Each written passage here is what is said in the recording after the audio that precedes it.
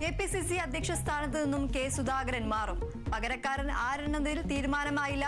ആന്റണിക്കും സണ്ണി ജോസഫിനും സാധ്യത. നേതൃമാറ്റം ദീപാദാസ് മുൻഷിയുടെ റിപ്പോർട്ട് പരിഗണിച്ച്. നിലവിലെ അധ്യക്ഷന്റെ അനാരോഗ്യവും തിരിച്ചടിയെന്ന റിപ്പോർട്ട്. നേതൃമാറ്റം അറിയില്ലെന്ന് കെ സുധാകരൻ. മാറാൻ ആരും പറഞ്ഞിട്ടില്ല. സ്ഥാനം മാറേണ്ട കാര്യമില്ലെന്നും സുധാകരൻ. എന്നോട് മാറാൻ ആരും പറഞ്ഞിട്ടില്ല. മാറാൻ ആരും പറയാത്തിടത്തോളം കാലം ഞാൻ മാറാതെ നിൽക്കുമെന്നാണ് എന്റെ വിശ്വാസം. പാർട്ടിയിൽ ആരും എന്നെ മാറ്റണമെന്ന് തീരുമാനിച്ചാൽ നടന്നാലും എന്നെ തൊടാനൊന്നും കഴിയില്ല. എനിക്ക് അങ്ങനെ ശത്രുക്കൾ പാർട്ടിന്റെ അകത്തില്ല.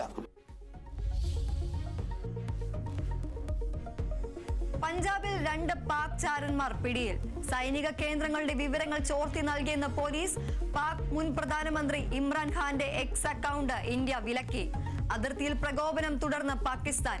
നിയന്ത്രണ രേഖയിൽ 8 വെടിവെപ്പ്. ശക്തമായി തിരിച്ചടിച്ചെന്ന് സൈന്യം.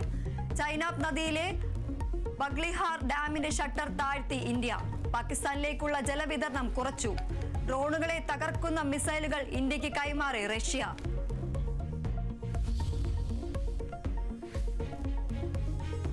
പൂരാവേശത്തിലേക്ക് തൃശൂർ നഗരി. പാറമേക്കാവ് തിരുവമ്പാടി വിഭാഗങ്ങളുടെ ചമയ പ്രദർശനത്തിന് തുടക്കം. സാമ്പിൾ വെടിക്കെട്ട് വൈകിട്ട്. തൃശൂർ പൂരം മറ്റന്നാൾ.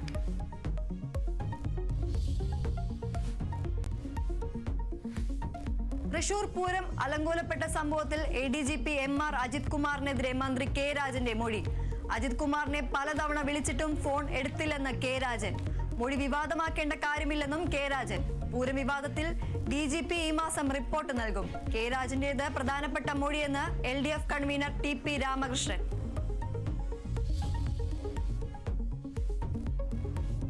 സാക്ഷരതാ പ്രവർത്തക KV റാബിയ അന്തരിച്ചു. അന്ത്യം 59-ാം വയസ്സിൽ കോട്ടയ്ക്കലിലെ സ്വകാര്യ ആശുപത്രിയിൽ വെച്ച്. ശാരീരിക പരിമിതികൾ മറികടന്ന അക്ഷര വിപ്ലവത്തിന് നേതൃത്വം നൽകിയ വ്യക്തിത്വം. 2022-ൽ രാജ്യം പത്മശ്രീ നൽകി ആദരിച്ചു. വിടവാങ്ങിയത് നിരക്ഷരരായ നിരവധി പേർക്ക് അക്ഷര വെളിച്ചമേകി.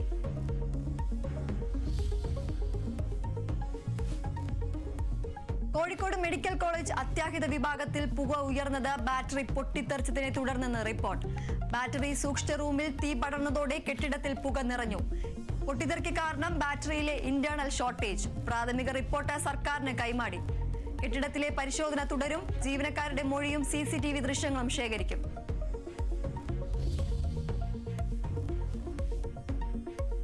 തമിഴ്നാട് തിരുവാരൂരിലുണ്ടായ വാഹനാപകടത്തിൽ 4 മലയാളികൾ മരിച്ചു. അപകടം ഒമ്നി വാനും ബസും കൂട്ടിയിടിച്ച് 3 പേർക്ക് ഗുരുതര പരിക്ക്. അപകടത്തിൽപ്പെട്ടത് തിരുവനന്തപുരത്തു നിന്നും വേളാങ്കണ്ണിയിലേക്ക് പോയ സംഘം.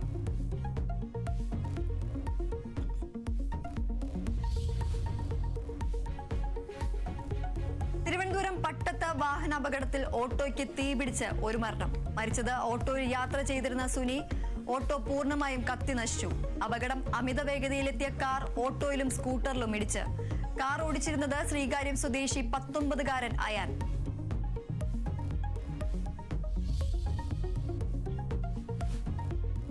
തിരുവനന്തപുരം അമ്പൂരിൽ അച്ഛൻ മകനെ കുത്തിക്കൊന്നു. കൊല്ലപ്പെട്ടത് കുന്നത്തുമല സ്വദേശി മനോജ്.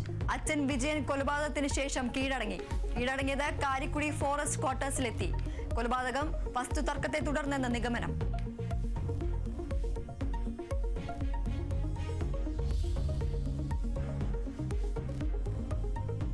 IPL-ൽ ഇന്ന് 2 മത്സരങ്ങൾ. കൊൽക്കത്ത രാജസ്ഥാനെയും പഞ്ചാബ് ലക്നൌവിനെയും നേരിടും.